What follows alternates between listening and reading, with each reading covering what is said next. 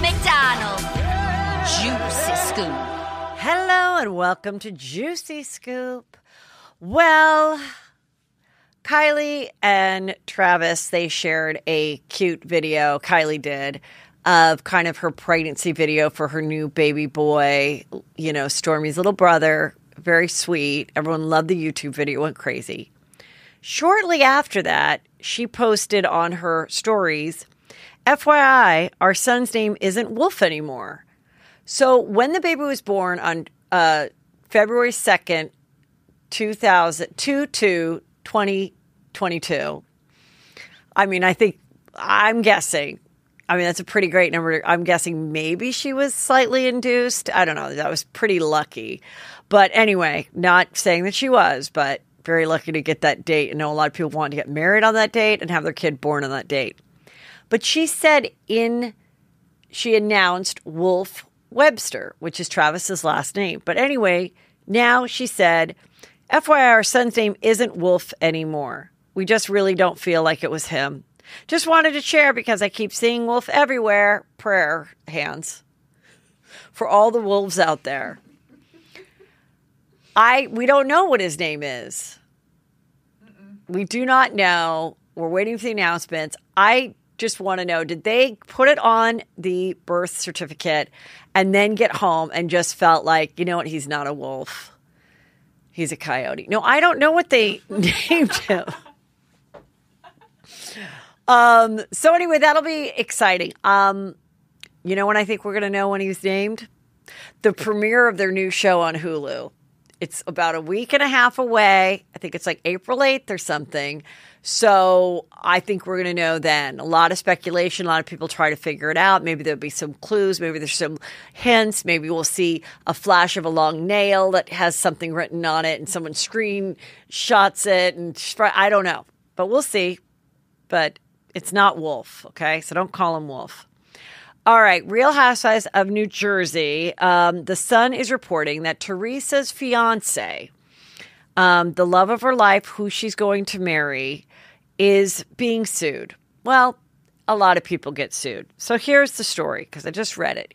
Supposedly, they're saying that Louis and his business partner owe this other company $113,000, which they did not pay, of produce that they received for their company called Produce Depot. They got 113,000 pineapples for Teresa's, because she likes pineapples, my pineapple party. No, I just thought it was funny that I did not realize that one of his businesses was Produce Depot, and she was so into fruit and pineapples. So he apparently, according to the lawsuit, they said, this money was due. He didn't pay. He and his partner are the controlling people. He and his attorneys fired back and said, we're not the controlling people of this company. We already ate all the pineapple, and we filed for bankruptcy, for $1 million worth of bankruptcy like a year ago. So good luck ever getting it. And that's the end of that. I mean, listen. Anything that happened with this guy, people are going to write articles and they're going to put them out on the day that the show airs, which is on Tuesdays. And but she did say on Watch What Happens Live she's getting married, and she said that Melissa, her sister-in-law, will not be a bridesmaid. And so that stirred some controversy last week. Is Melissa sad about it? Melissa said, no, I don't care. It's fine. And I don't think anybody's dying to be a bridesmaid like second time around. Like once you are in your late 30s or older, I think you're like fine. Like just, hey, let me just go to the wedding, wear a cute dress, get you a beautiful gift that gets sent to your house. I don't want to bring it either. No one wants the gifts brought there. Well, who has a big enough car to bring it home from? Hi, you're all buzzed. You're walking. Nobody. So you just send the gift and show up cute and you're good. So no, you have the bridesmaids and all that stuff the first time around when you're young. Unless you're getting remarried on a TV show. Then I say yes. Have all the bridesmaids so we can see them. I could see very much she having Melissa back. But you know what? Be authentic. If you're a little bit, if you and Melissa have always been like this, you don't want Melissa looking really great in her dress, strutting around. You don't want it to be the Melissa show. Yeah, don't ask her. You already have 4 daughters. She really should just This is it. Listen to me, Teresa. First of all, buy your pineapples from a normal store. Don't let Louis bring some pineapples that fell off a truck, okay? Literally, go to have like the pineapples at your wedding from like whatever, Whole Foods or something. Then just have your daughters be the bridesmaids. Don't have, Jennifer or some old school friend from the neighborhood. Just have your daughters. That's classy. They all wear dresses that work for their body but are the same color. And that's it. You don't even have a maid of honor. You just have all maids of honors, and it's all your daughters, and they're all equal. You don't make Gia the maid of honor. Bridesmaids. Just all bridesmaids. No maid of honor. That's my advice to you. Okay.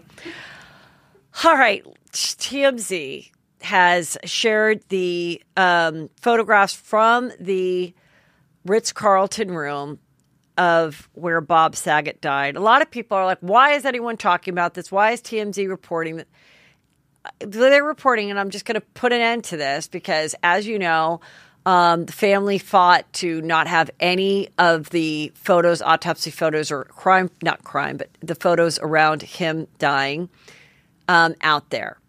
But they did share just a clean room. I don't know if it's his room. I guess it's his room. Of the Ritz-Carlton in Orlando, and they have now closed the case and said it is this padded headboard that he hit his head on while getting into the bed, and then he went to sleep. There was no external bleeding, only internal bleeding, and so now they say, we think the wound on his head that caused his death was from hitting something that was soft on the outside but harder inside. Meanwhile, there was another doctor that we heard about early on that said it looks like he fell from 6 feet or was hit with the back of a head with a baseball bat. Where's that guy? Has that guy and the guy that said, I think he hit his head on a padded headboard, have these people in the same profession? Have they talked? I think the point is we're just never really going to know. But we do know he went in alone. We do know that when he arrived from driving from the club at 2 a.m., he seemed perfectly fine. There was no marks on his car. He didn't get in a car accident. He wasn't slurring. He wasn't acting weird. They didn't find anything weird in his system, any drugs. They didn't find anything in his room. At some point, he hit his head. And maybe they're saying it's the padded headboard because the Ritz-Carlton is a powerful place, and they don't want people to think that people are slipping and falling on the marble floor or the porcelain sink or porcelain things that make more sense to having and then waking up and going to bed. I don't know. I don't think we'll ever know. Rest in peace. Okay. We did The Bad Vegan on Tuesday. Talked about that show. Louis C.K. had dated the Sarma girl. And in 2019, there was an article written by Page Six so this was before this Netflix show that came out last week. Emails reveal that Louis C.K. may have given Sarma an STD. There's emails that were somehow, I don't know how they found him, maybe because she was, facing trial at that time, that it was from 2012. They were dating, and it sounds to me like they had a one-night stand, and he's like, I'm sorry, maybe I gave you an STD. I don't know. You should have made me wear a condom. And then he goes on to say, at our age, isn't everybody kind of got everything? The future generation will be having sex with glass penises and plastic vaginas, but we exchange bodily fluids. So, hey, I think you're great. Sorry if it happened. I don't know. She also dated her married attorney that was her defense attorney, who was also the attorney of El Chapo or whatever, that big drug dealer. Anyway, those emails were revealed as well. I read that article, and that was very sexual, and they were definitely getting on, and he was married with 2 small kids. So again, a lot more is being seen about this girl. I mean, she's quite, she acted like in the Netflix doc that her only love of her life was her pitbull mix, Leon. And he was a cute dog, and I understand the love affair. But she also got around with people like Louis C.K., the weird guy that she married for his money. This show, and now she's trying to act like, oh, I don't like the way I was portrayed in this thing. You were portrayed exactly the way you were portrayed, and this doesn't help. And I love that this info came out. Okay, so the conservatorship of Amanda Bynes is over. I think it's really great. And this started, Amanda Bynes was an actress. She was a little comedian. Like, she had that sketch show. She did all those like rom-com type stuff. Then she does have a heart tattoo on her face. Oh,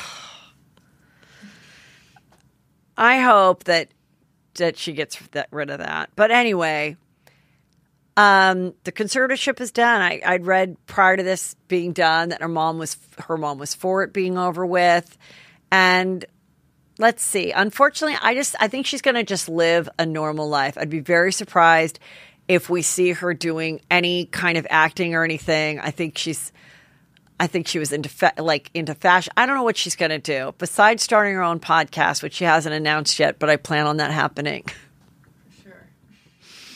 Amanda, if you want a podcast, why don't you come on my show and we'll talk about your life and, where you are today. And then everyone will say, I never knew who you were until I heard you on Juicy Scoop. You should have your own podcast, and then you will, and then you'll hate doing it.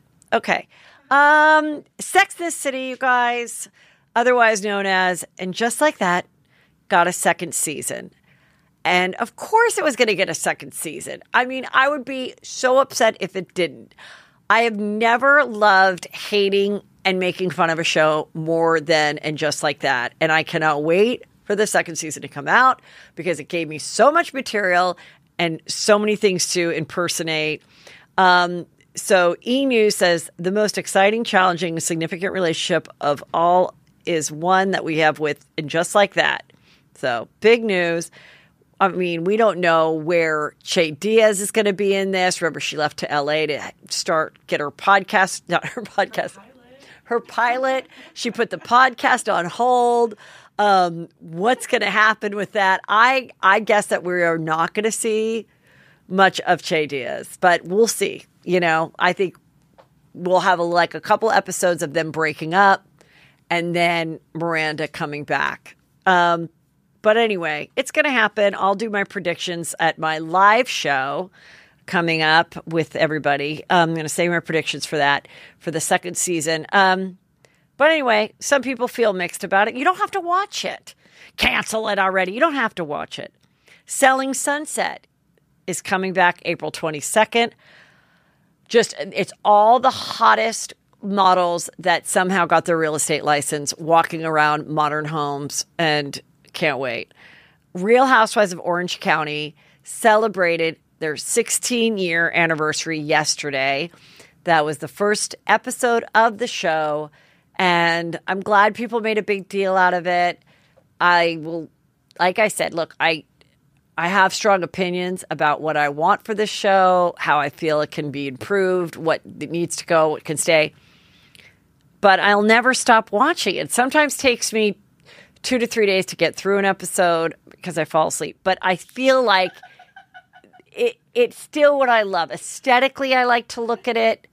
And we just need to have a little more excitement. But, God, I just look at this and I just remember the fact that no one had fake eyelashes, a lot of original teeth, and a lot of movement in the forehead, a lot of sky tops, and a lot of BB, a lot of BCBG, and it just gives me chills. And they are the ones that created a lot of yellow hair. Remember when Vicky's mom said, well, it looks yellow? Rest in peace, Vicky's mom. And there's nothing better than that music that they play at the final party. There's no other franchise that has that kind of music that is Oh, I can hear it right now. And every time it makes me sad. Oh my God. It would always be like an end of the summer party, end of the season. And they're all like, ha ha.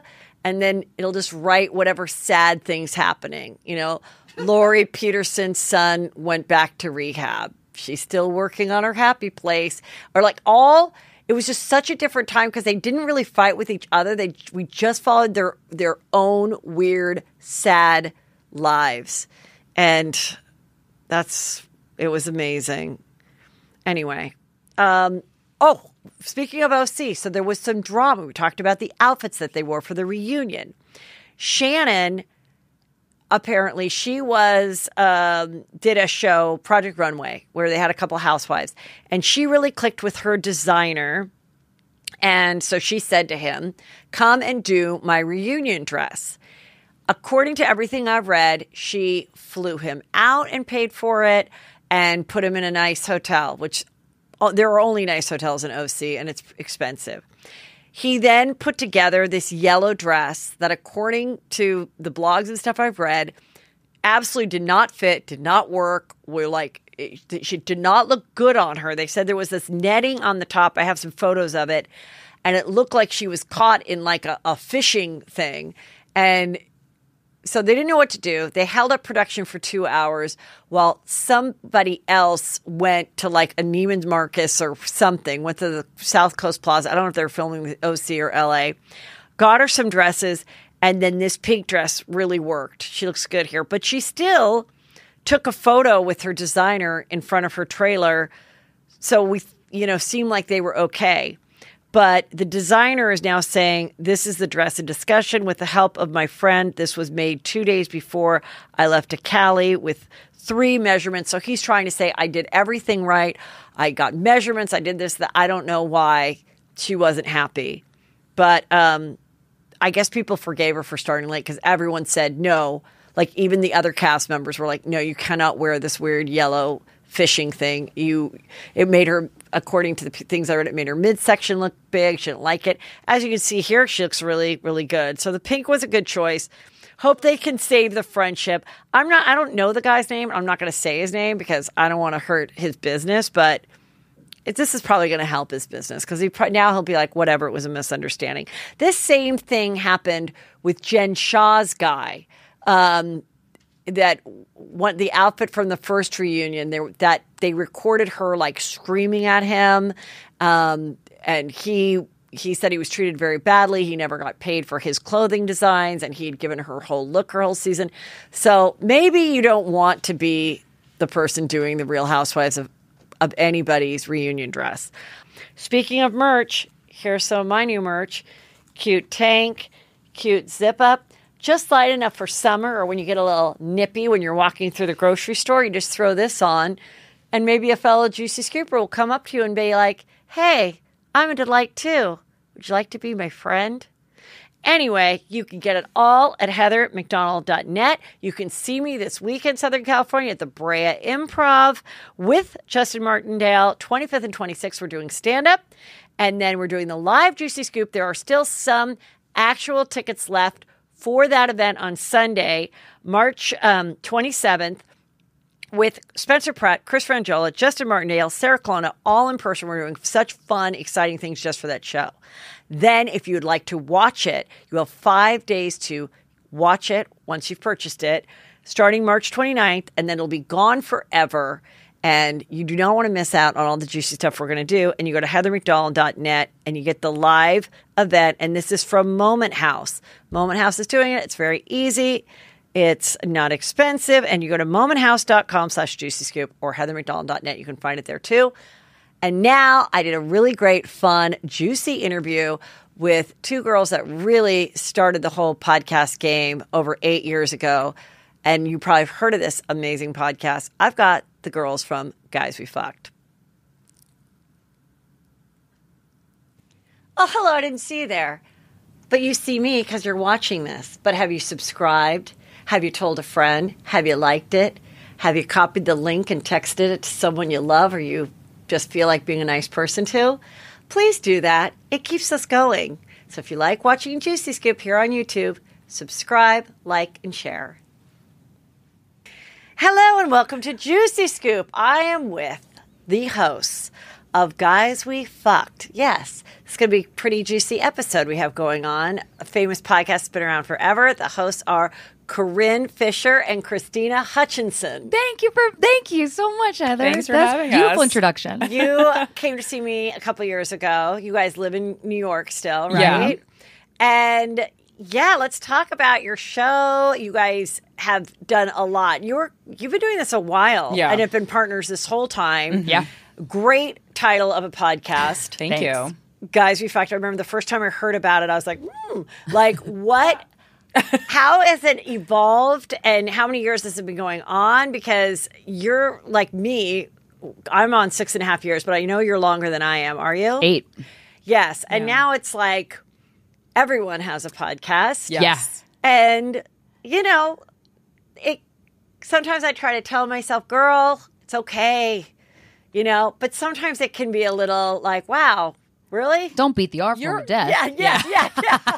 You're always I hear charting ya. high, though. Like, I Yeah, think you it's are. a real testament to how good this show is and how much people love it. You're always at the top of the charts. Now, speaking of intellectual property and all that stuff, around that time or maybe after you, the Call Her Daddy girls were together and they were a partner. When they broke up in that juicy Barstool story, what were your thoughts then? Like, did you know them? Because it was sort of a similar, show of two female hosts, very sexual content. We actually have a What'd you say? juicy. I We said, actually, you don't say. Heather, we actually have a juicy inside scoop about Well, I would love to Call hear Her it. Daddy We and do have an Barstool inside Sports. scoop, yeah. Okay. I mean, the inside scoop is that this show is based off of our show, and Barstool literally put out a casting call saying we're looking to do our version of Guys We Fucked. Yeah. And So we saw the casting because it came call. We're like, several- oh, it we're came a long time after Guys We Fucked. like a. Oh my God. It wasn't like a I formal am getting casting a call. but rash just thinking about yeah. it It was like a memo of them, like an internal thing of them. But looking wait, for, how did you see it after the fact, or did you see it while it We was were happening? alerted by listeners of the yeah. podcast, like people. Oh. I've since tried to find the actual ad because, you can find old ads. You can find the ad that they put out to cast the Spice Girls. But I was like, I couldn't get this one. But I mean, all the signs are there. We know multiple people DM'd us and told us about that. I mean, it's obvious in the show, even in the trajectory of the show. Yeah, I mean, the big different thing is that Sophia ended up leaving. Right. But I don't. And we're I don't think that comedians. was planned. Yeah. I mean, based on what I know from behind the scenes. So. No, I mean, I studied that whole thing. I mean, I heard both sides of the story, and I interviewed Sophia, and I understood it all. And Yeah, it made sense. And yeah, one of them got $60 million, but on the other hand, Sophia is still doing great. She is. And it's probably better that they went their own ways. But wait a minute about them copying your thing. I mean, like... It's a good idea, though. How frustrating. But they were. How, But wait, basically, what they did was they said we want our Guys We Fuck, but with hotter chicks. So we need younger, hotter women, and that's exactly what they did. And we're like, something a little touche entertainment a industry. little less feminist, so that it's better for the male gaze, because that is what Barstool is about. There's a reason why Barstool is a multi-million-dollar company. They know what they're Tits and they know sports. what they're doing. They're smart. wow. Yeah. Erica Nardini follows us on Instagram, but has never talked to CEO. us. Why? Who's that? She's a CEO of It's Barstool. almost like she's watching us, and I love Erica Nardini. I mean, I'm not even mad at. I mean, I'm mad about it in theory because it's our baby, and I feel like it was bastardized in a way, and I do feel like that show gives women bad advice, but I can't control all the advice that women get, so it's frustrating to create something and then have the thing that's copying you become larger than your thing. Like, that's a tough pill to swallow. That is. But I can't be mad at Barstool because they're a business, and man, did they make that business work. Like, it's like, oh god. Well, I mean, It's a tough pill to swallow. Skims is Spanx. Of And there were course. 12 Of other course. things between Spanx and Of Skims. course. Yep. And it's like, I know that too. Even with, now, Juicy Scoop is trademarked,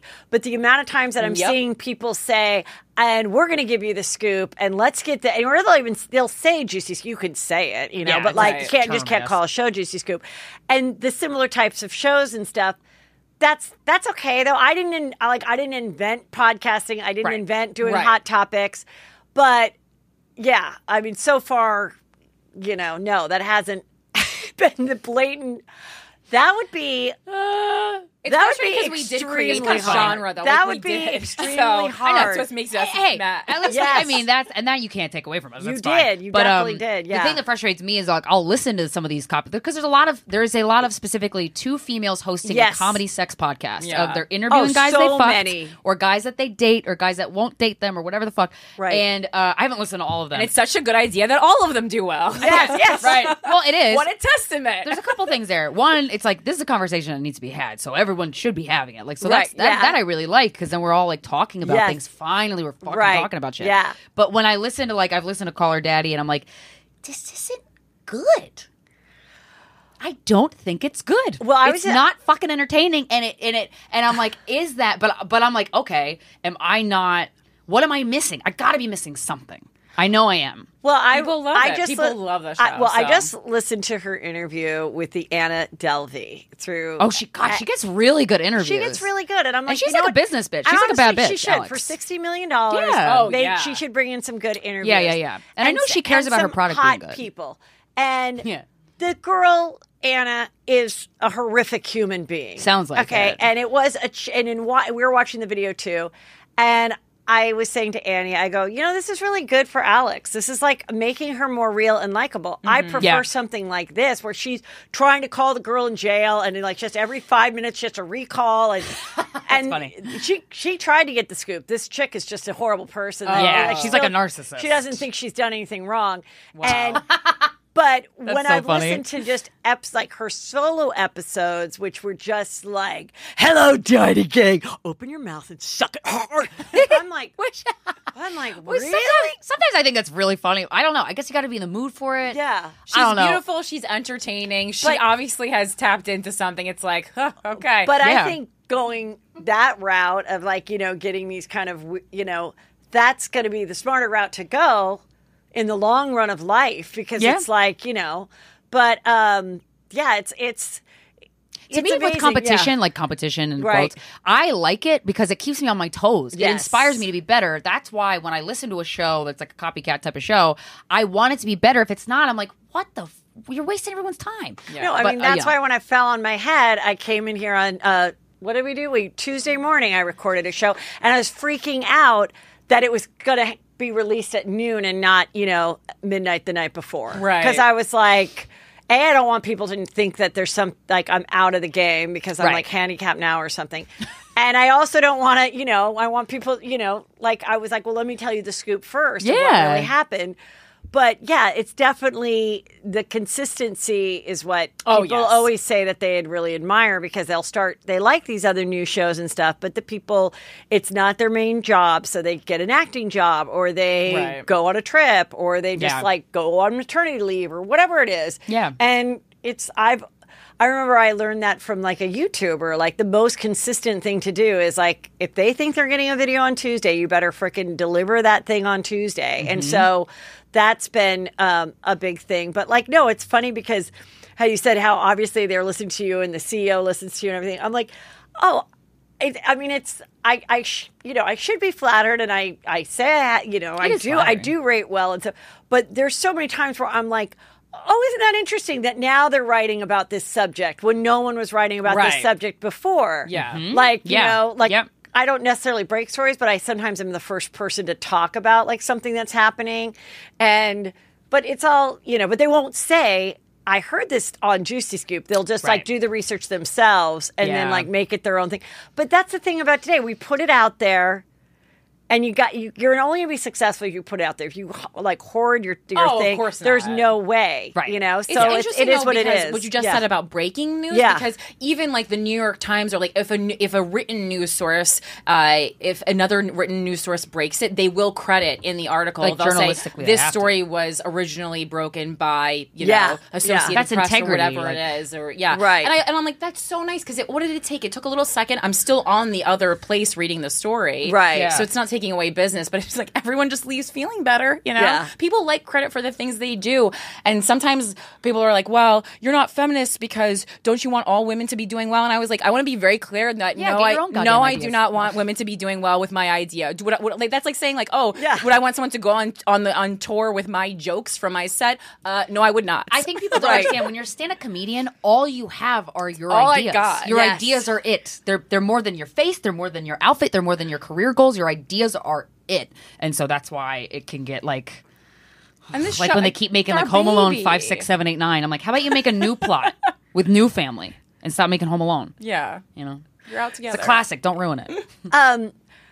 So in speaking of that, like in all your years together, has there ever been, because I think there are a lot of women that get together, men too, a lot of partnerships, especially in the podcast world, and a lot of partnerships break up. Yeah. Most. Money, one feels that they've done more than the other. Yeah. One feels that they have a higher platform than the other and they're bringing the other, or they're booking all the ego. guests or whatever. How have you guys avoided that? Or have you ever like stepped in there and been like, wait a minute, you know, or... Yeah. Oh my gosh. Certainly, we put our relationship on a we deliberately respect our working and relationship and our friendship. And I think I was in a 7-year relationship once. That's the longest relationship I've ever had. Well, but the longest relationship I've really ever had is with Corinne. Because we really make a concerted effort to be respectful and to set boundaries. More so she, and then I followed suit because I was like, "What's a boundary? Does that mean you hate me?" So I was a lot of learning and growing because we started working together when I was 23, and I was. But like I'm very scatterbrained, and I get like very overwhelmed easily, and I'll go through like these bouts of like mental health problems, and so and then Corinne steps in and just she's like mentally healthy. And it is good for a mental breakdown that you can switch back and forth. Yeah, that is important. And also, but even like walking into the building today, we were like Christina. I don't know how to drive anymore. I have a license, but it would be dangerous for myself and others if I got behind the wheel. Because in New York, you rarely drive. I moved to New York when I was 17 years old. Yeah. Like I don't remember how. And so I was like, "You're the driver. Yeah. I'm the office manager. Yeah. So she's driving. on the emails. I'm driving. I'm replying to emails about press, making sure we're everyone on time. Yeah, I need a schedule for our trip here. Like I also used to be an assistant at a talent management company, so like that's the stuff she was I'm a good assistant. at. I was an assistant, and I was very bad at it. Okay. I was too good to the point where like no one wanted me to succeed in entertainment because they just wanted me to be their assistant for the rest of my life. So I do think like my advice to artists is be bad at your 9 to 5. Be so bad at it that the only choice you have is art. Well, it was interesting because I've talked about that too, like with the big companies, like people that want to, I'm going to work for the Kardashians and one day I'll be able to be heading up the Skims design or whatever. Yeah. And maybe that is the case or wherever those places, but also know that like, if you're that really good assistant and you're the first person that has brought the coffee on time and everything, that is so great. But you could also be so good that you don't get promoted. Yes. That is so true. Yeah. It's better, honestly, I think it's better to just have a great personality and be like lovably bad at your job. And then people will be like, man, I really like you around, but you're so bad at this. Can I refer to you like to something that you would rather be doing? Like that's the lane. That was my MO. That's It's called working for a temp agency. I was so mad at myself for being such a good assistant because there's no growth in that. Yeah. Right. There's no growth. That's so funny. I remember my dad had like an assistant and like she was being moved from office to office and they're like, it's your turn to have her, and passing her around. And she one day she was like decorated his office and was like doing all this, and he was like, so then he went to the partners and he was like, let's send her to decorating school. We don't have to fire her, but she could go. And she became this like successful interior designer. Oh, wow. That's really but like that's kind of the same thing. Like we all love you, but like you can't type or whatever the case was back in the day. Yeah. You're not doing the job that we're paying you to do, so we got What can we do? Yeah. Yes. Okay, so you started doing it. Now, I remember there were lots of other things that came about. Weren't you supposed to have different deals and TV shows and stuff? Yeah. That's so since the podcast, since its success, because pretty successful, like pretty quickly. Yeah. There's so many like reality show deal, like all of these TV. I feel like Corinne and I have probably worked with, we've had like 10 various opportunities with television that were like pretty real opportunities. And a book. And the book. Yeah. And you did have a book come out. Yeah, with HarperCollins. Okay. Yeah. That was in 2017. Yeah. And we've done several iterations of our touring show. Yeah. But now we finally we had like failed TV shows with I'll just name networks, who cares? Lifetime, True TV, and now we finally, it was just announced in Deadline that we have a show where we're developing with Fox. So Oh, awesome! Can you share about that? yeah, I mean it's a sitcom with Fox and Lionsgate, Tannenbaum company at Lionsgate. It's the origin story of Guys We Fucked, but about our friendship outside of the entertainment business. So it's like if our same personalities existed in a world outside of the entertainment business. Yeah. They never want you to be. That was our idea, actually. Yeah. Because I'm sick of seeing shows about comedians. I'm already a podcaster. Okay, well, I wanna be a bartender. honestly, that was smart because Thank you. my day of when I would pitch and sell shows that were about my life, I sold one when I was 30 and then one when I was like 40, I guess.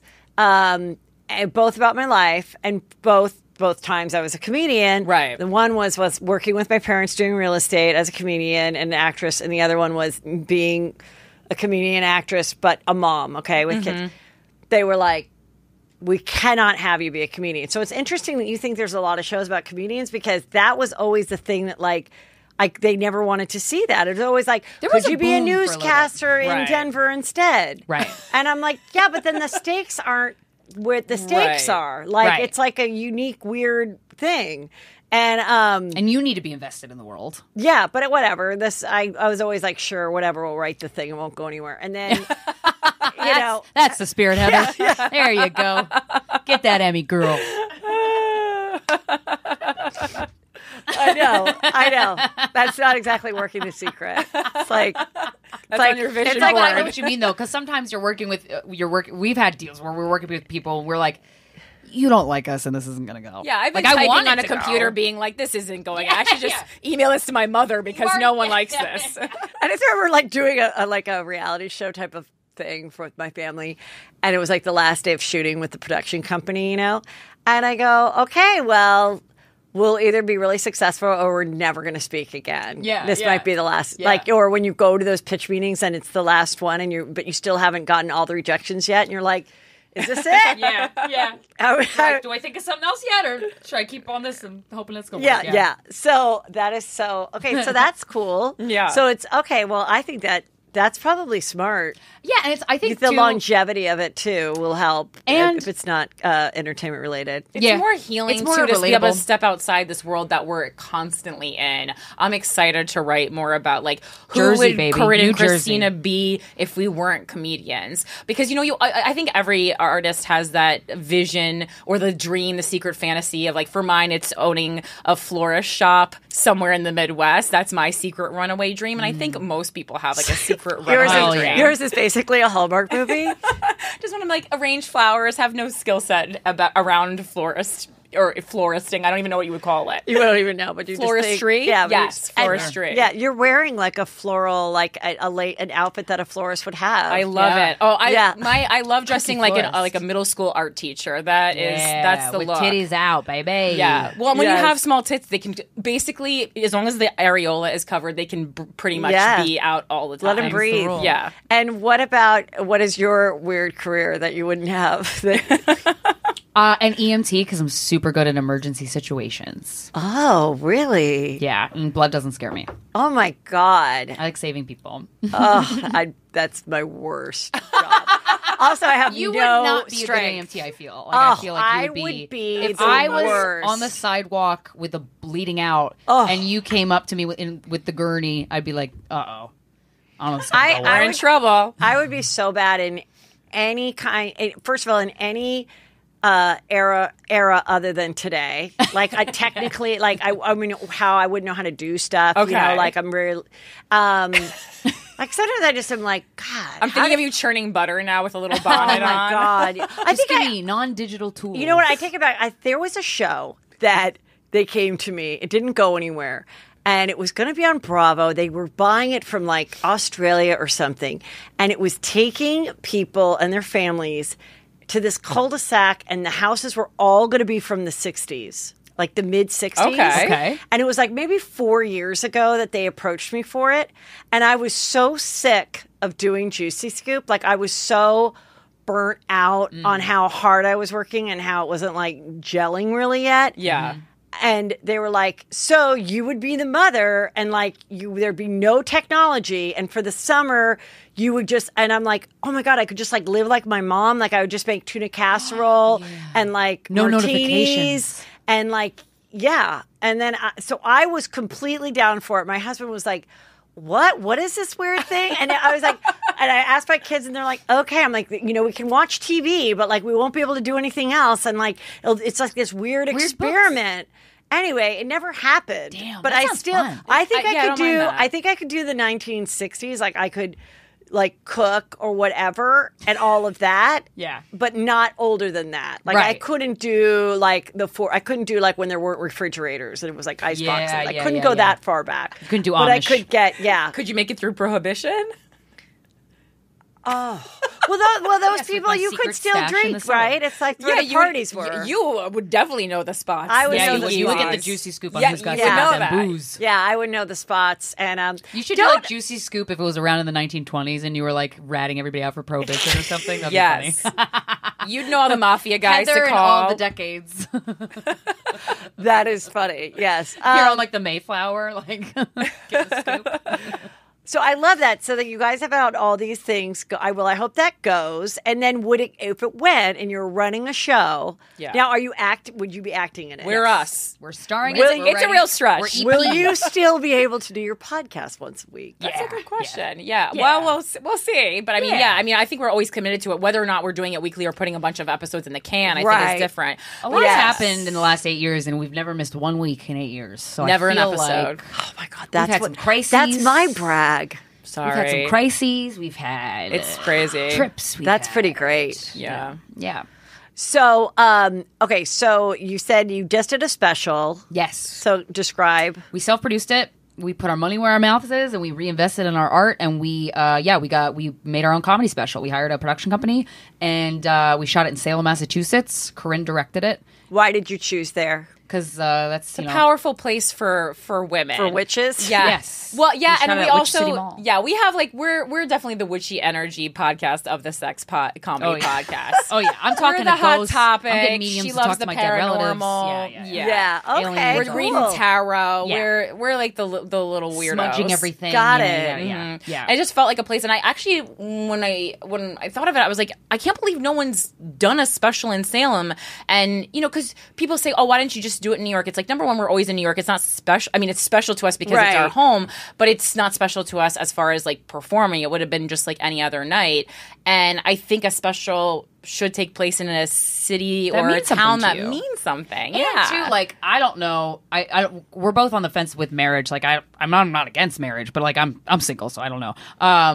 But it's nice to be able to plan an event for yourself, to pay for something. And I love that it wasn't a wedding. It was our fucking comedy special. Like, it was really important to me because I'm like, this will never let me down. Like, this is like golden and solid. Yeah. So it felt good to like spend, because when people get married, they spend a shitload of money.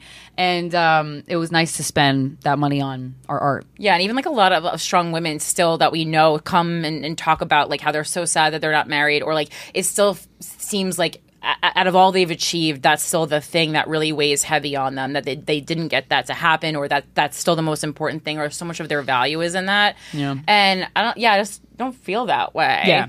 I think what it is that because it was so ingrained in women, oh my God, between the ages of like 35 and up, is, as a little girl, it was always, people talked about it. I think now, with younger women and certainly children that are being born today, I don't think, at least on some cities, I don't think it's going to be this kind of thing where you feel like it's so necessary, or like such a big part of your life, But and it's interesting to read about. Christina gave me the book, All the Single Ladies, and it's just stat after stat of how when women started to not get married at all, or just get married even later, just wait until you're like 35. Like it's a game changer for the opportunities that you will see in your career, the amount of money you will make, even your happiness level. It's just like the proof is there. There's numbers to back it up. Yeah. And what are your relationships like romantically? I'm dating. I'm seeing somebody. We've only just kissed, and he's really handsome and cute. Okay.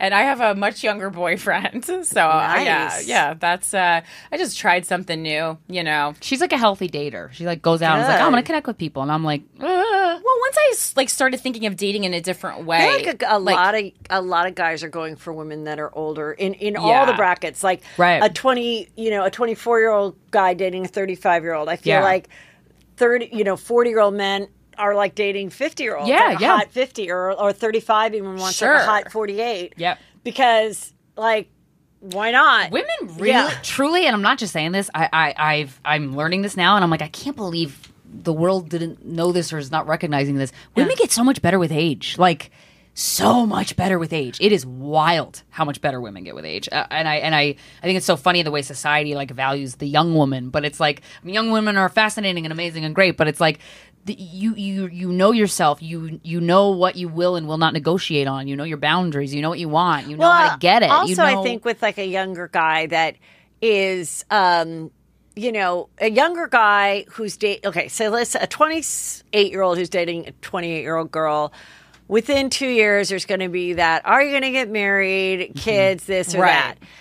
If a 28-year-old guy dates a 40-year-old woman, provided maybe she already has her kids, maybe she doesn't want them, whatever. Yeah. It's like this pressure of like, she's Have not fun. going to try to get knocked up. She's not going to try to like get me to take care of her. Like we can just have our there's balance. no motives. You can exist. Yeah, we can just have this great thing. And it's like it seems to be like a very successful combination. Like people seem to be like no one's trying to pull one on each other. Like everyone's just like, we're here because we dig each other. Well, exactly. Yeah. There's a lot of Isn't that freedom nice? when you don't have these goals. Like so often the advice we'll give on the show when someone writes in is like they'll write in with all these goals that they have that would need to involve a partner, but they like haven't met that partner yet. So I go, how do you have all these plans with a person that you don't even know exists? Like it's like we're so sold that there will be 100% a soulmate coming to us, that we create this whole world and that's the only thing we think of. It's like, why not try to hit goals that only involve you?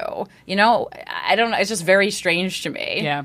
And how do you feel about different situations like polyamorous and Poly. Man, let me tell you something. That's we got a a lot of sore people spot writing for us. us, yeah. A lot of people say poly. They're poly because they're not having sex in their current relationship. So to fix that, they then go, let's both see other people. But it's like, first of all, polyamory is a commitment. And it's a lot of conversations, a lot of negotiations, it's a lot of things. So wait, and you're it's just more haphazardly- challenging you're than just- monogamy. you're wait, too- there's Well, polygamy is definitely Polygamy's that's not even okay, legal. there's polygamy where you have one guy, has several girls. Then there's where a couple is like dating a woman and she screws both of them. Yeah. Right. Then That's like there's we're no longer monogamous. We're together, We're but open. we're free to date other people. But that's not like a swinging situation. Like I go off with my numerous dates and you go off with your numerous dates and we talk about it or we don't talk about it. Yeah, So whatever. you're getting a lot of people asking, that's becoming like a trend or what? Yeah, and to me, like they're using polyamory when they really mean open just need to break relationship, because polyamory is truly like a unit where there's love everywhere. It's not just sex. Like polyamory is very structured, and it's a very specific community that is doing that. And I think people are using it really loosely when they You have to divide your energy up in polyamory. Yeah. Like, I you think really it's gotta far be more mindful. challenging than monogamy. Far more challenging. And I think there are very, very few people on the planet who are truly able to love multiple people at once fully and in a healthy situation. So I think people, number one, are writing in saying that they are interested in polyamory when they really mean open relationship. And when they really mean open relationship is that they just don't have the energy to break up with the person and they want to have their cake and eat it too. Like that's they don't what- want to. It's too sad not to them thought out. to go. Well, I can't break up with him because the sex isn't good. Like it's more than just. It's like, well, no, you can. It's okay. It's not mean. You Right. can be honest. It's all right. It might hurt the person's feelings, and it might hurt your feelings. But like, Well, let's also talk if it's just there's one thing to break up with somebody and you've been dating a few years and you have your apartment and he has his and you have your own money and he has his and you don't even share a pet. Okay. Right. That's just clean. yeah, Then there's other where you are married or you have children together or Right. you even have property together or even living together is like, oh, do I really want to move? The rents are so high. Where am I going to go? I like my place. So like, It's a pain in the butt. yeah, and I don't hate this person. Like, Right. But and a lot of people stay because they don't hate the person. But I would like to feel some passion. Right. Like, Kim and Pete. Yeah, because we're not super pee me in the shower, please. Yeah. We're not super pro monogamy. I just think that we wish people would think about it right in a different way other than just like me want to fuck other person. Yeah, Yes. Dan Savage is like one of the best people on this planet giving advice about sex, dating, relationships. He is truly like the godfather of sex advice, and we love him very much. I listen to his podcast all the time, and I regurgitate a lot of his advice that he gives because it's very thought out. He's a beautiful writer, and he calls it poly under duress, where where one person is like suggesting it for their own reasons, whether they're valid or not, doesn't matter. And the other person doesn't want to lose them, so they say yes. And so now they're in a poly, and they're like, nah. And then sometimes that person that's in poly under duress falls in love with somebody, and the other person was like, didn't want to break up, so they said, let's do poly. It's like, wait, what the fuck? And now it's just this web. So we get a lot of those types of emails where it's like, I got myself into this situation because really what I should have done is just broken up with the person. Right. And then the person that went along with it could be very resentful or the classic of like, let's have a threesome, and then the girl ends up enjoying the girl more than the guy, and it's like, and then she goes off to be with the girl, classic or she goes off story. to be explore her late in life lesbianism, like I think you can be it's just people to just remind people to be thoughtful about the way that they negotiate and talk about and communicate about whatever their situation is. Yeah. And if you agree to something sexually, like with your partner, know that like there's a good chance they're going to go off and do that, and you could be jealous. It could not hit you in the way that you expect it to. So just like be ready to feel those feelings. Mm-hmm. I did this show called All About Sex. We only did 6 episodes of it, but so much of like the questions and stuff as a TV show. It was like right around like the 50 Shades of Grey, and everything was like, well, the way to spice it up is to dress up and buy toys and do a fantasy. And I was like, oh my God, like, is there any other advice than that? Like, play with a power dynamic. Don't dress up. Play with a power dynamic. Do that. What do you mean?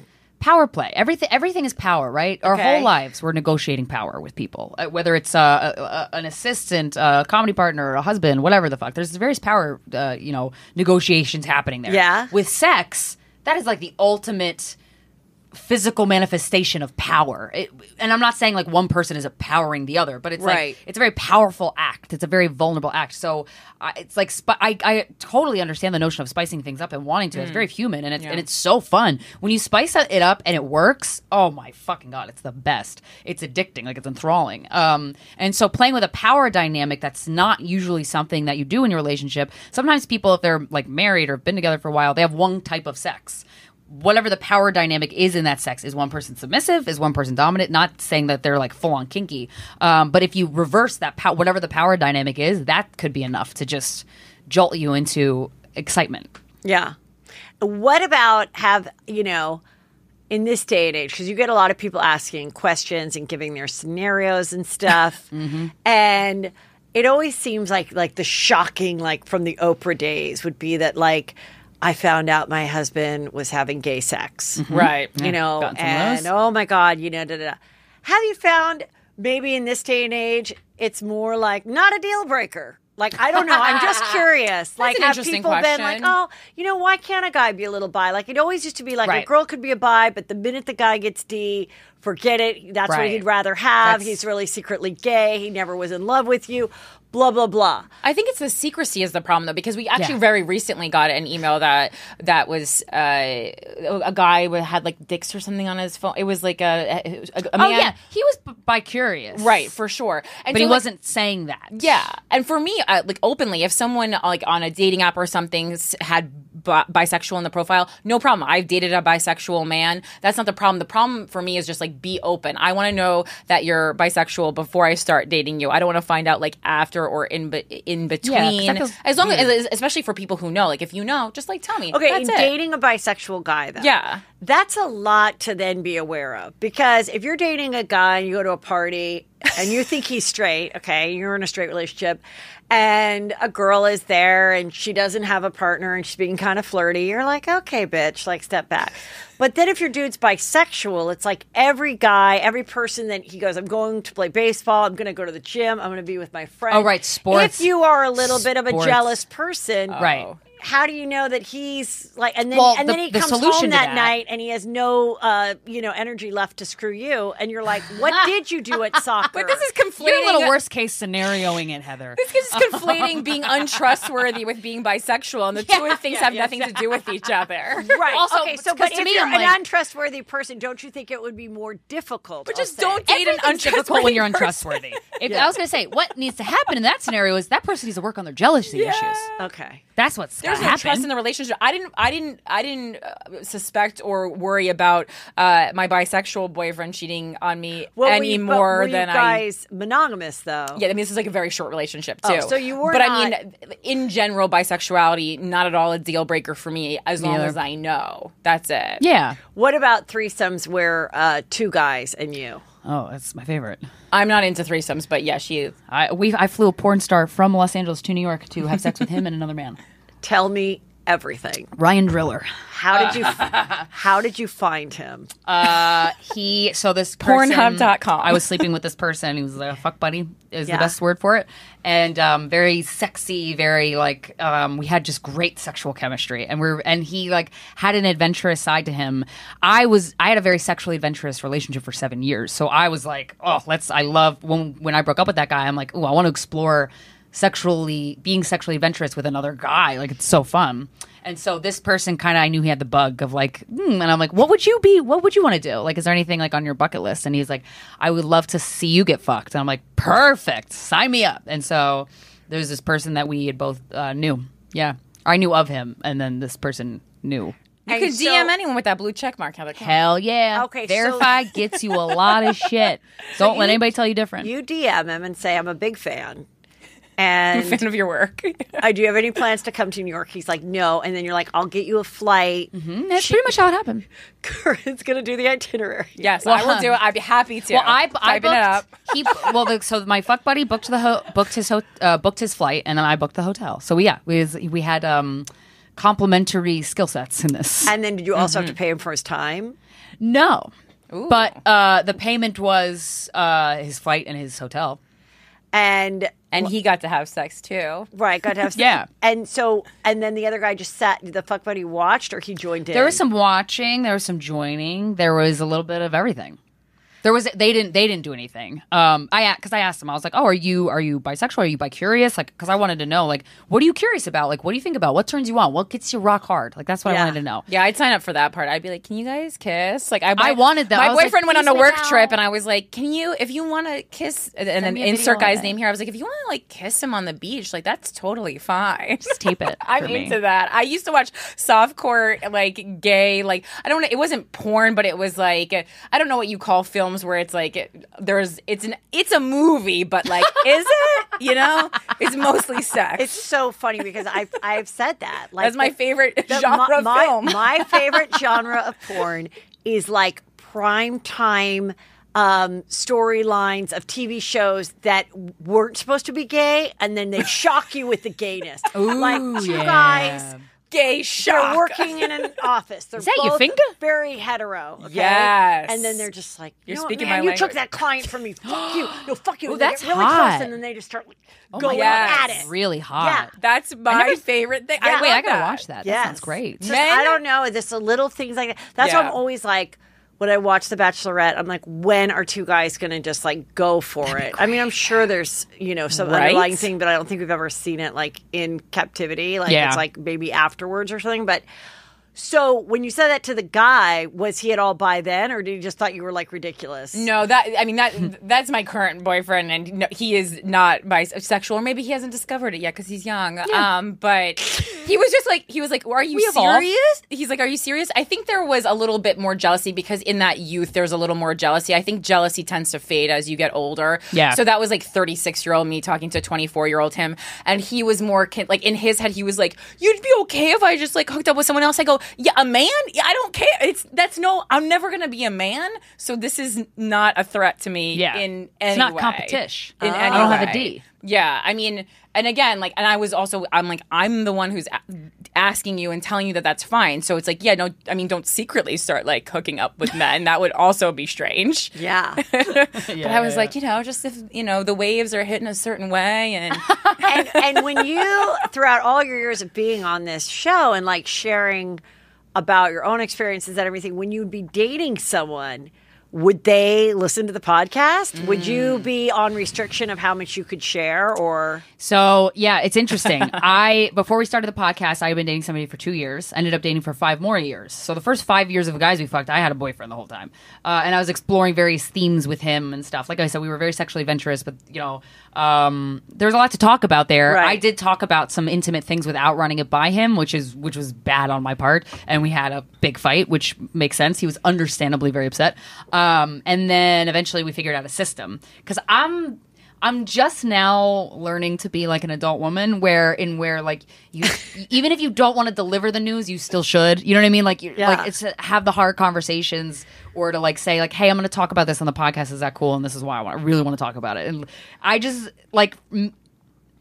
There's a part of me that's just like, I just want to talk about it and hopefully he doesn't hear it, which is not good. So I'm getting used to that. I've been single for 3 years. So, and I hadn't, the last 2 years, I have not dated. I didn't have sex. I've so much childhood trauma shit that I needed to sort out. And so I was focusing on that for a while. Now that I'm seeing somebody, I am very mindful of just letting that relationship happen however it's going to happen without highlighting it, but there's certain things along the way of like, right before you, when you see a guy's house and you're like, oh, I hope it doesn't suck. I hope he's like got a nice house. You know what I mean? Yeah. Like it's all these little details that say a lot about a guy that as you're getting to know him. So those kind of things I talk about, but everything else personal, I kind of keep to myself.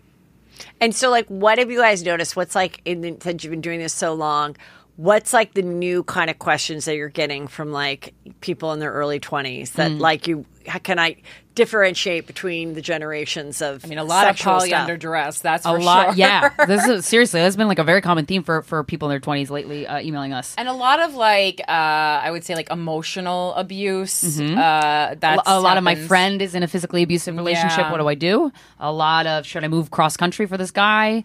A lot of... Honestly, like kind of, it's very interesting because I would say like as much as we feel like, Gen Z is progressing and better than us, as far as sex and relationships go, like there's more openness, but beyond that, it's still kind of the same problems, which is like disheartening but interesting at the same time. I would venture to say there's still more, we're not on to, we still got to crack some codes with the way that we interact with each other sexually and romantically. Do you think that like certain popular shows affected the way, like the way people Sex reacted? in the City, I that was think my sex education. Yeah, Sex in the City came out when I was already married. Okay, so I like enjoyed it, but as I was watching it, I was like, my God, my friends and I were way more like judgy and would check each other about how many people you're sleeping with or who you're sleeping with, or you'd keep it to yourself. So to watch these women that were, their characters were, I guess, about my age, but maybe they were just single. So I was just kind of like, geez, is this what's happening? Like, and now when I think about the way the younger generation, like girls like 25 to 30 or whatever, react to sex, I'm like, I think they saw this like show about you could screw whoever you want, meet them at the gym, screw them, whatever, which a lot of that was written by gay men. And I think it like sort of affected their whole thing, because it's like you see it as a kid and you forget that there's a writer's room and this isn't real and people are writing this and then you just emulate it and you want to go to New York, you want to live that life. Yep. And we certainly see a lot of remnants of, I want to be cool, so I'm going to like to propose a 3-way to my boyfriend. It's like, but does that make you wet? Because if it doesn't, that's not something you should put on your sexual repertoire, or like, or there's something, you got to find what turns you on about it.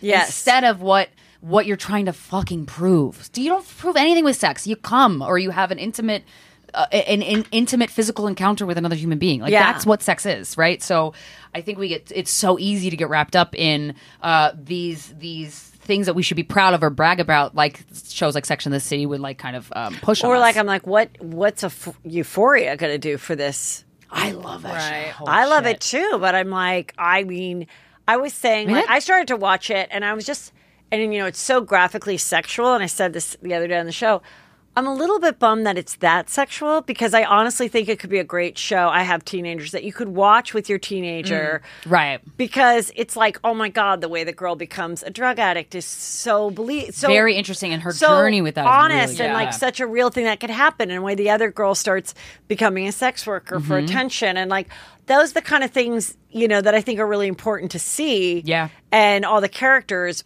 but then you can't watch it with your kid when, like, you know. Yeah, the titties are out and just bouncing or up and down. Dicks, or like, you know, like I was just like, yeah, but like, are teenagers watching that show and thinking all this is okay and all this, you know, is the way you're supposed to act in sex and this and that? Well, it's interesting because people have criticized Euphoria for like glamorizing drug use, and I go, it's not glamorous at all. If anybody watches that show and wants to use drugs more, you're just an addict, and that's like a journey that you're going to go on anyway, whether Euphoria came on the air or not. I watch that show and go, I never want to touch a drug. No, again. it triggered me with addiction issues. I felt it was like an after-school special, literally on crack. Yeah. Like I would watch after-school specials, and that would keep me from like ever wanting to get pregnant, ever wanting to try a drug. And I think, yeah, that's it too, you know. And to make people aware, and the fact that they're talking about fentanyl, that stuff like that's so important. Yeah, and how much it. You know, and how you think it's cool with the friend at the carnival. This is season 1, and then like at the end, it's like the worst night of your life.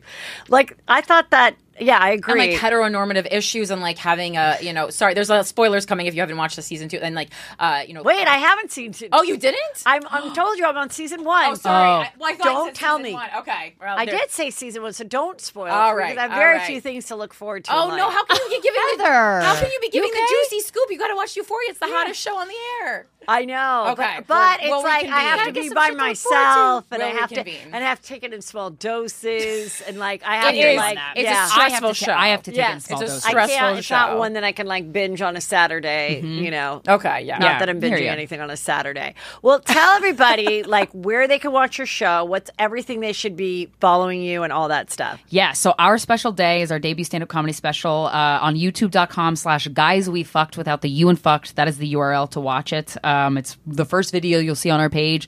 We also have a lot of content. Guys We Fucked is available anywhere you get podcasts. We're on the Luminary app exclusively, and then after 7 days, the episodes go in front of the paywall.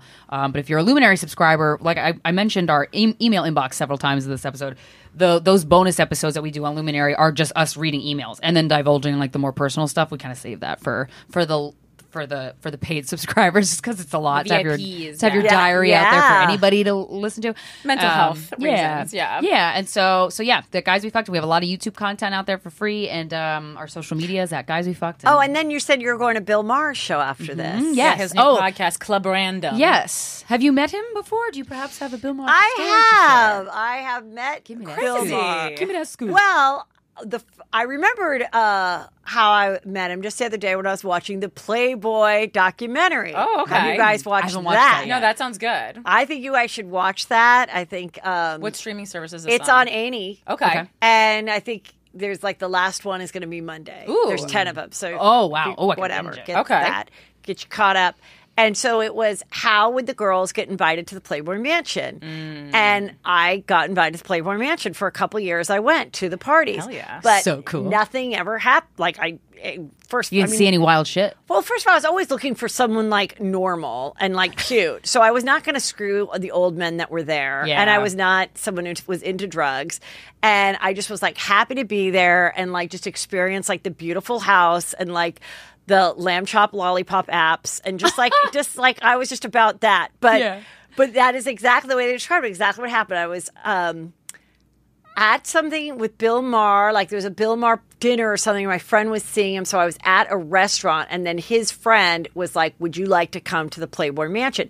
And they were saying like there were these old men that would like go to clubs and just invite girls.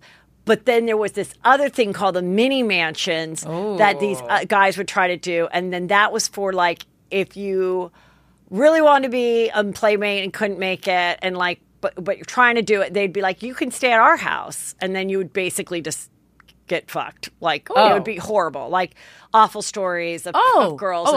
Sexual assault? Like rape? Like maybe you agreed to it, but it's You were basically coerced and like you're like manipulated. living in the house for free for a Somebody reason. dangled a possible job that's never like actually this going to is happen to you part so of they the can fuck you. deal, and you know, Gotcha. saying our Father and get Yeah, over some with. taking I don't know advantage what shit. people do. Okay. But I was just like, oh my God. So yeah. So then I met him so then my friend dated him, and then I went to his show, and Oh, your friend dated him? Yeah, He's like she- notoriously single, right? Like, oh my he's- God, he this has- was a million He years has ago. girlfriends, they said, but like Oh, okay. just never married. This was a million years ago. Yeah. Like, you know, like honestly, I think it might have been before 9/11. Anyway, so Damn. she dated a him. million years ago. Because I remember I picked, we went to the show at CBS, and then he like hopped in my Celica, and we all went to like the restaurant, some restaurant, and he was like really funny and nice. And so then cut to like 20 years later, about a year ago or so,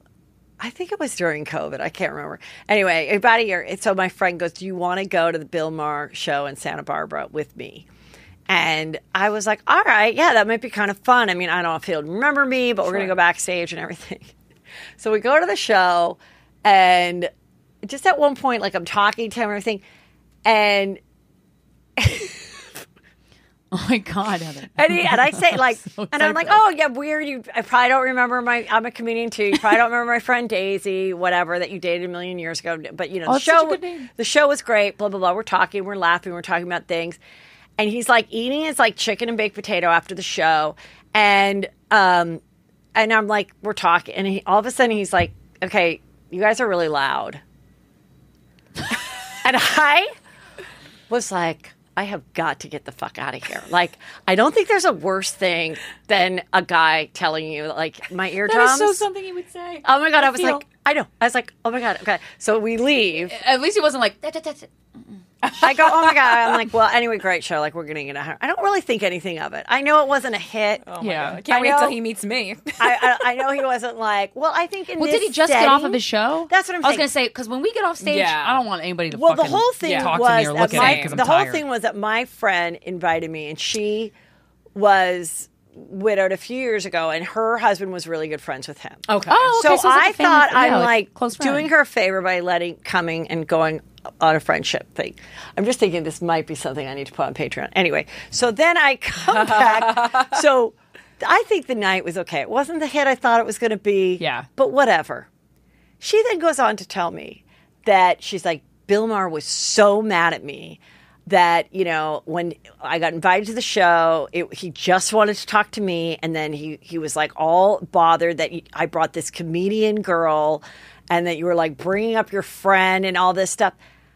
Oh, he thought you were like Oh, he's trying to bone? He was trying to fuck? opportunist? Well, first of all, Oh. Was he trying to fuck? Or I mean, was to he... be honest, I think my friend was kind of bitchy to say that. Because Right. I'm like, first of all, I know I drove home from Santa Barbara, so there's no way I was wasted. Right. And then I'm like, and you're making me feel kind of shitty. I know I wasn't drinking and driving.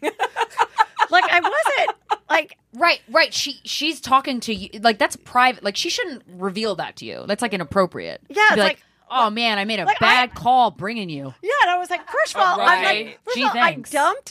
I actually, after she told me that, I friend dumped her? I kind of friend dumped. Yeah, like, 'cause that's there wasn't a rude. lot of activity her coming my way either. But like, Yeah. She when didn't she need told me to that, tell you I was that. just kind of like, It's fucking rude. I was just, yeah, because I was like, you asked me, and I literally got rid of another birthday plan because I thought you were like needed a friend to Yeah. go to this. But then I also was like, oh, this could kind of be cool for me. Like, I'd love to be Yeah, on Bill fun. Maher's show. Like, who knows if he knows Yeah. who I am or not. But then when I got in that space, it just brought all back those like, I'm the female that an older white comedian male does not find funny. Why are you loud? Who is I this see. chick? Of course you're a comedian. I don't know who the fuck you are. Like, I just started, so I kind of felt that when it was happening, but then with the really loud ladies, I was just like, oh my God. It, like, I just- reinstated that. Yeah, I just want to die. But yeah. Right. It's I'll also tell him you said hey. demeaning Yeah. to speak to like a woman, you know, like a full adult woman as like it seems like a childlike thing to say like, you know, quiet guys, like no playing in the also, green I room. want to say in his defense, my friend said the worst thing you could say after a show. I liked it, but I don't know why everyone else was laughing. Yes! I thought you were funny. Yep. No, it was like, I she thought said you that. did great. The I don't. Yes, the worst That's- is I've had people okay, come I'm up glad to you friend me dumped after her. shows when I actually think it was a great night. Yep. And then once and I even, never forgot even it. like in meet and greets, and someone's like, The "Can crowd I was just weird. apologize for my city?" Yeah. Yep. I don't know what is wrong with them. Yep. It happened. Yes. I don't know what's wrong with my city. Like, I was totally laughing. These people just don't get it. So, like, Yeah. don't let it get you down. And you're like, I thought I killed it. Like, Right. from where I was standing, there was a lot of laughter, Yep, and I yep, thought yep. I did like a great, Had a great show. time. Yeah. So she did a little of that. She walked in, and I have to People say, be projecting. I have to say, it was this theater in Santa Barbara, and the acoustics are not great. Like, it's an Okay. old situation, and there were a lot of old, rich Santa Barbara liberals that came to see him, and they like literally were saying, "What did she say? Right. What did he say?" And then the lady would be like, "Ernie, he said in Obama times." Like, it was just like, That's so funny. That's a bit. You gotta do a bit about this. That's Oh my god. and so then we walk really in, funny. and I'm like, before I can say, so freaking hilarious. Right. Loved it. Bill Maher, Remember Me and Daisy. Like, before I could say that, Right. I was like, she did that, like, I don't know what happened out there. Like, oh my God, what is wrong? I think people couldn't hear you. That is so tone. fucking rude. Okay, Oh I'm my honestly surprised he didn't say God. "get out, pigs." Like, Oh I my think he didn't because God. this really was like his friend's wife. Yeah, she was and, just and widowed. then, and then Yeah. she goes, that's right. I forgot about since that we're dynamic. definitely doing this on Patreon.